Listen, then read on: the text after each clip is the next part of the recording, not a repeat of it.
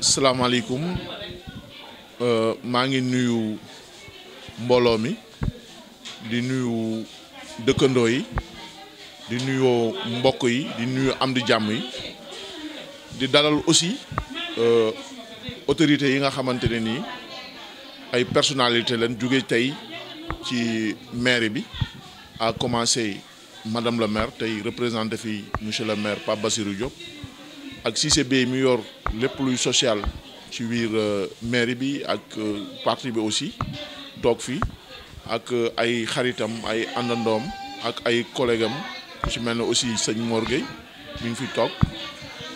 amoon na aussi un responsable politique un responsable de parti bu nu remarqué aussi muy Ablaye Maou Fall ñëwoon aussi teew ci ndaje mi ñooñu ñëpp daal maa ngi leen di sant di leen gërëm di leen xamal ne tey jii seen collègue seen doom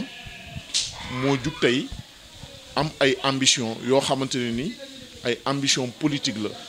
ambition politique yi nag li ko waral mooy maanaam danoo yàgg nekk di yëngu ci wàllu àdduna di yëngu aussi tuuti ci wàllu politique parce que amoon na ay mouvement yoo xamante ne ni doon nañ ci yëngu ci ay jamono mais ñi ngi ci àndaloon dem nañ ba nga xamante ne nii yàlla dogal na vraiment seen état de santé mayatu leen pour ñu continuer loolu ba tax na dañu toog te ànd bi ñu doon ànd ak ñoom ci àndu dëgg lañ doon ànd ak ñoom amoon nag ay objectif amoon ay principe parce que lépp lu ñu daan politiquer dañ ko doon accès ci ay politique de développement de développement boobu ñu doon accès loolu nag moo ñu gën a motiver tey ñu gis ne am na ñoo xamante ne ni nekk nañ ci biir Thiès bëgg a defar Thiès bëgg a defar aussi gox bi ñu nekk à commencer monsieur le maire Pape Bassirou Diop mu ànd kook une équipe vraiment dynamique ñu xam ne ñun buñ dëkkee ci biir gox bi waratuñ toog di seetaan sunu devoir mooy ñu jug futteeku ànd ak ñoom ak benn détermination boo xamante ne nii dinañ mën a xam ne dootuñu wéet ci liggéey ci gox bi loolu moo nekk sunu ambition bi gën a ëpp ndaxte nekk nañ ci gox boo xamante ne nii laaj na organisation laaj na orientation laaj na développement te loolu lépp lu koy lëmb dafa nekk loo xamante ni du lu yomb te buñ ko bàyyee ak acte 3 de la décentralisation du dem dina sooxe trop kon donc ñun war na ci sunu xalaat ak sunu yéene ak sunu bëgg ak sunu kàttan ak sunu mën-mën ñu indi benn pierre bi nga xamante ne nii dina jéem a jàppale monsieur le maire ci construire édifice bi nga xamante ni moom la ko président Idrissa Seck dénk muy maire bi loolu nekk na sunu mébét mu fort trop si ñun te ñoom ñi nga xamante ni madame le maire toog na fii wax na ak mbooloo mi wax na leen ni ma gisante ak ñoom Cissé Bey mi toog yore social aussi nekkoon aussi sama collègue nekk koo xamante maa ngi moom jàng noonu xam na aussi sama jikko kon am na ci loo xamante ni du lu ñuy laam-laame leneen li ma bëgg a xamal aussi askan wi lan la muy Sénégal dañu nekk ci un pays boo xamante ne ni képp ku ci toog am ci xam-xam boo ci war a wax wala am loo ci war a participer pour mu jëm kanam wala mu développer nga toog fas ci say loxo rek bu ëllëgee bu safaan bi amee rek complice boo xamante ni day xaw a nuroo sax hypocrisie te nag yàlla dogal na ne am nañ ci nit koo xamante ni muy le président Idrissa Seck mu nekkoon nit koo xamante ni ba léegi li mu doon wax jugu si parce que yaakaar naa bu lëg lekkee alom na ko gëriñee koy suñ amee le programme du MCA pour le Sénégal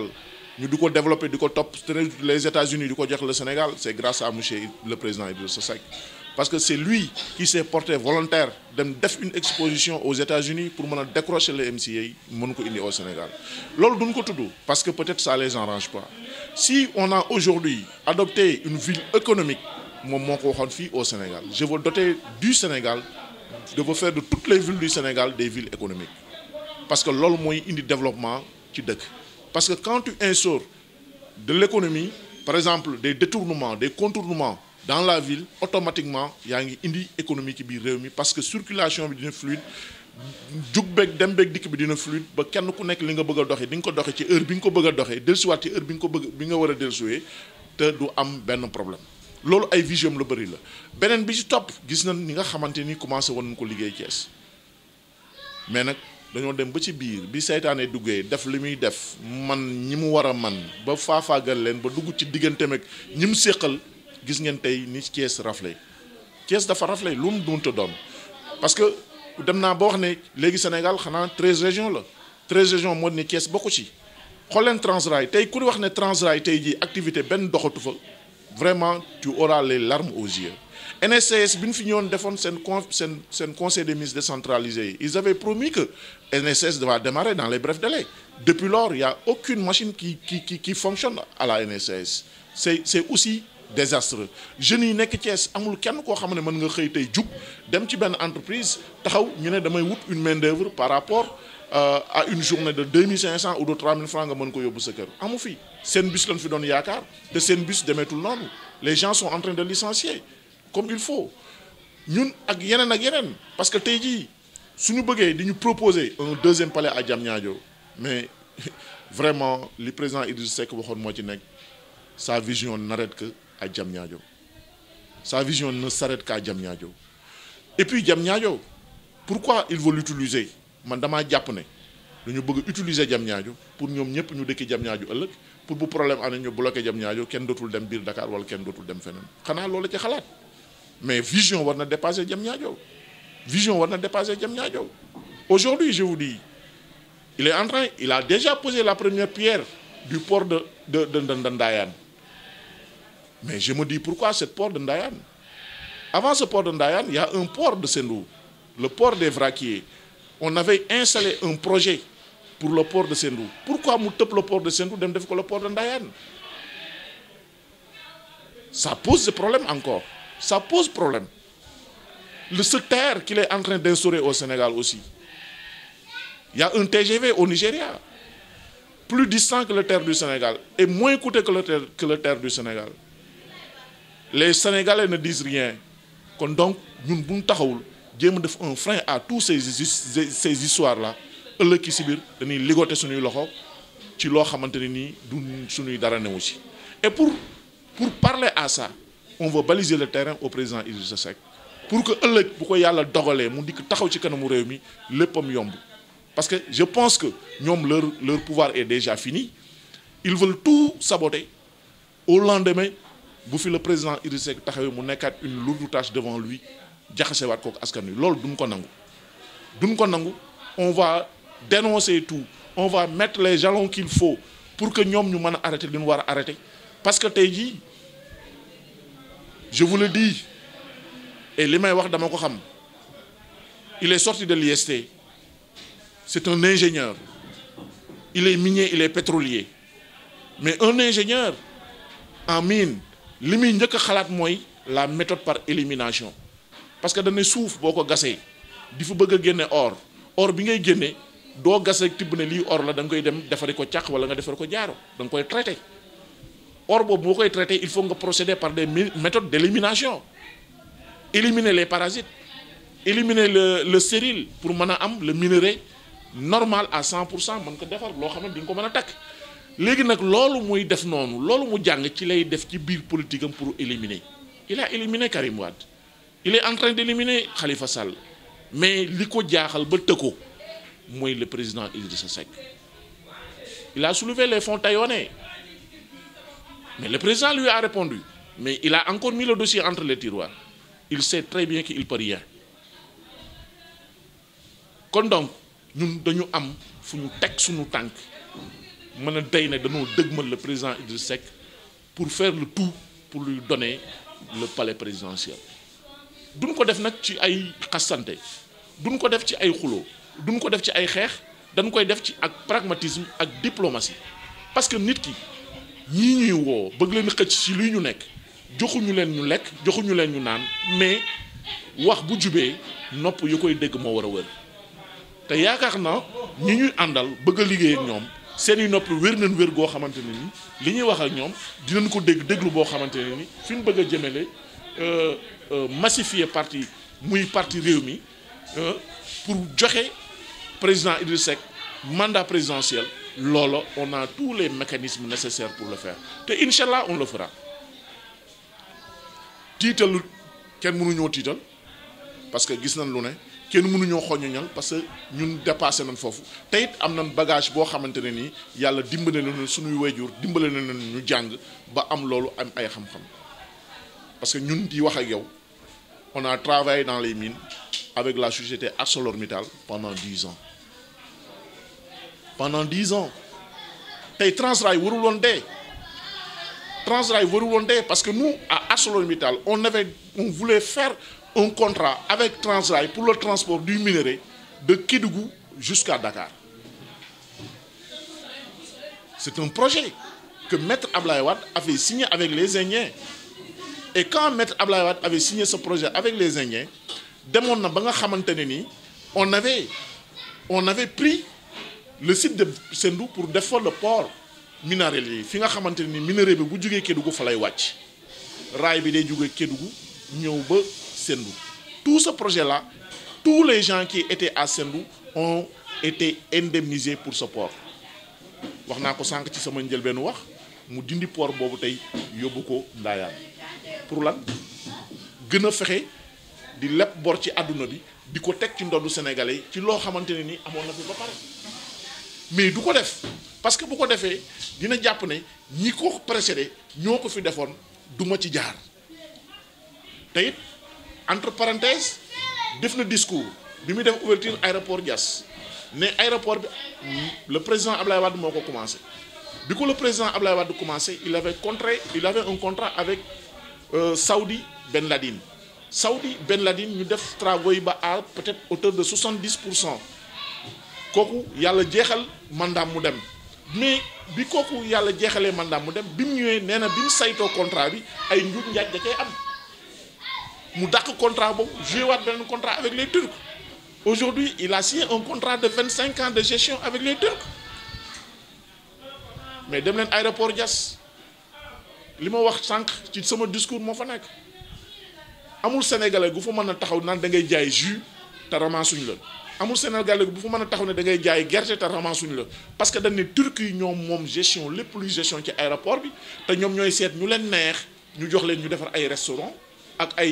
ay lépp loo xamante ni nit ñi fa lan mën di déguster ak di lekk te Turcs yooyu ils sont en train de signer des contrats avec les Français kon donc ñun dafa mel ne dañuy bëgg a delloowaat suñu buumu njaam ca français yi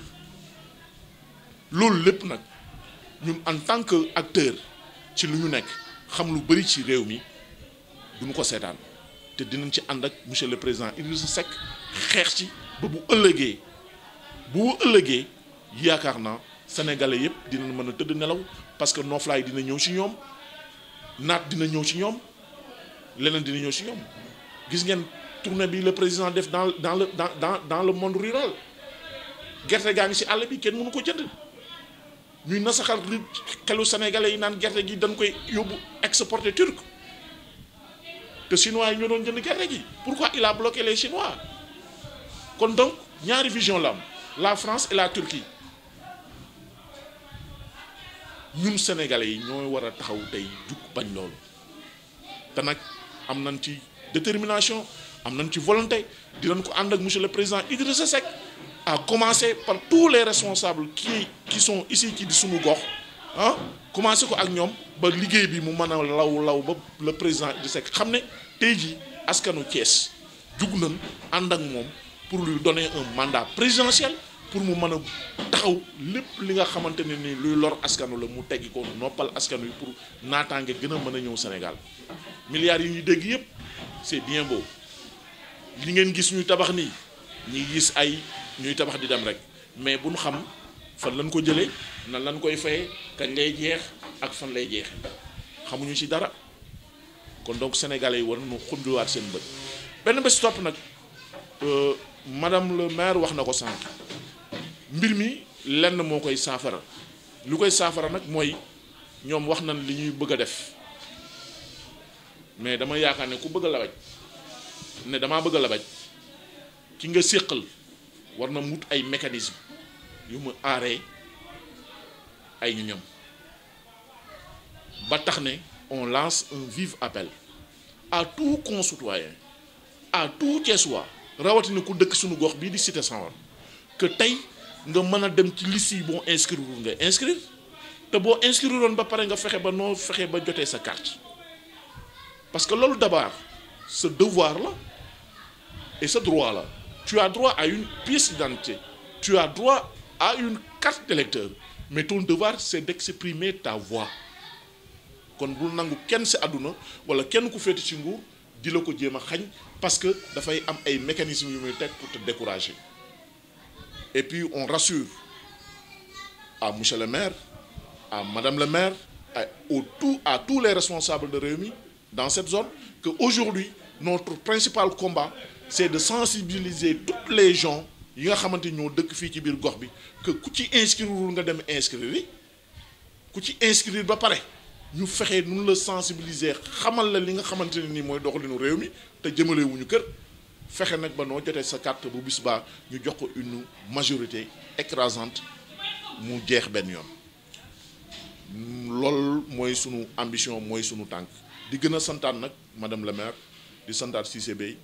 di santaat suma collègue yi sama xarit yi sama am di jàmm yi su ma limee dinaa juum mais tey nekk na bis bu mag ci man ndaxte woote naa jigéen ñi mag ñi ndaw ñi ñëpp Cité Senghor ñëw wuy si ma loolu je pense que ne xëy na sax sama dayoo toyul foofu mais tey am naa loo xamante ni sori na sama xol lool te loolu aussi maa ngi leen koy delloowaat di leen ci sant di leen ci gërëm di leen xamal ne kenn ku mu nekk ak foo munta nekk am naa yéene ak pas-pasu fekk la fa nga nekk jokkoo ak yow waxtaan ak yow diisoo ak yow seet say problème ñu xool yan mécanisme lan mën a jaar pour yooyu problème nga am yàlla mën koo saafara maa ngi sant yàlla di julli ci yonent bi di ñaanal ñëpp di wax na leen bis ni ki tey man mii di Pape Mor Fall ñëpp gën maa xamee ci Pape Fall tey lancé naa sama voix ak lu ma munta am ak ñu topp ci man ànd ko ci ginnaaw madame la maire Assou Diène ñu ànd ak moom ci monsieur le maire Pape Diop dem lépp jébbal ko ci monsieur le président Idrissa Seck di leen sant di leen gërëm wasalaam